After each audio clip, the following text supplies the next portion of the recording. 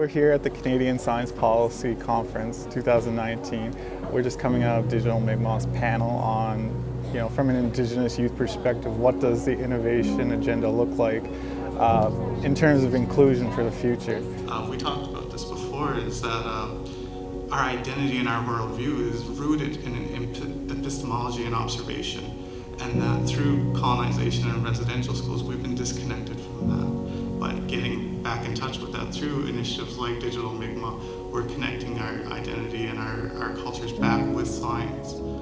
I really enjoyed not being an afterthought. When it comes to policy making, Indigenous people are often an afterthought.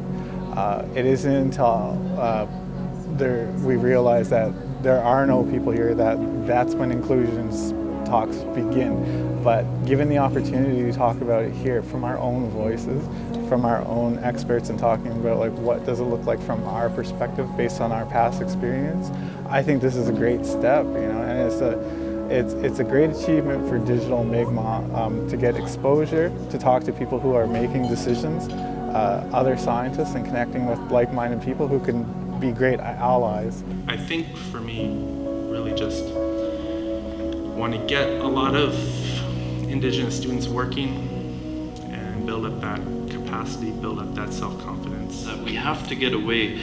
We have to go beyond just the inclusion of Indigenous faces and go a little further.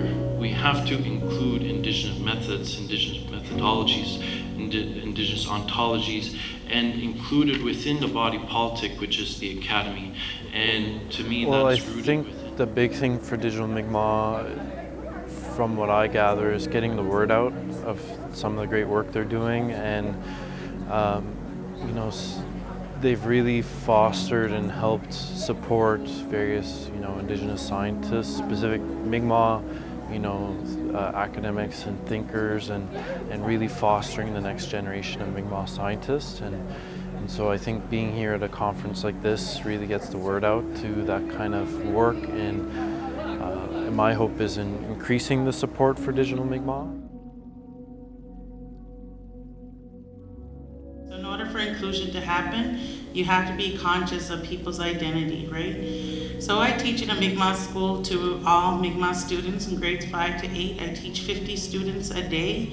I like to hear all the panels, like I heard them yesterday, do a brief summary on what their stuff is, but I also like to hear what their personal experiences are, and that I wasn't also by myself in my educational experiences and being a Mi'kmaq person. So I really enjoyed it, and I enjoy all the conferences so far, and I hope that I inspire some change and some inclusion in innovation and science policy. When I saw the dream team assembled out there, out of the different, the STEM fields, and them talking about Digital Mi'kmaq, oh my God, yes. Crowdsourcing research, crowdfunding research, community-driven research. I hear that from many First Nations that's what they're looking for. They have these love projects where terrible things are happening, and they're trying to find a way out. You hear something like that happy about finding crowdsourcing and the research and the support to do something about it. Oh my God, I know a number of different institutions right now would say, yes, let's start that yesterday, right? So it's really hopeful to see, so.